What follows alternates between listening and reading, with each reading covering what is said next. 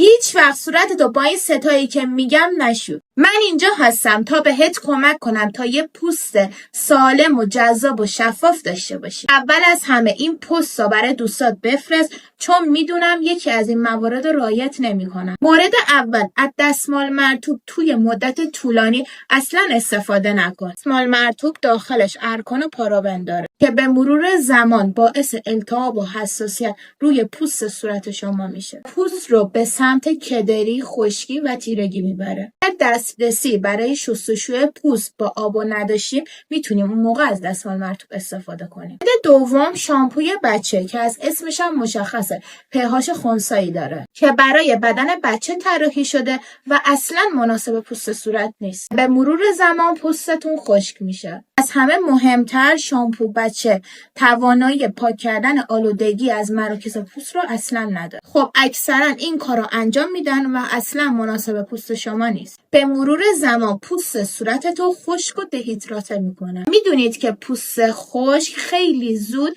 چین و چروک براش ایجاد میشه و هم کدر و تیره میشه. اگه میخواین به پوست صورتتون بیشتر برسین، همین الان کلمه مشاوره رو برام کامنت کنین، سریع دایرکتتون رو چک کنید.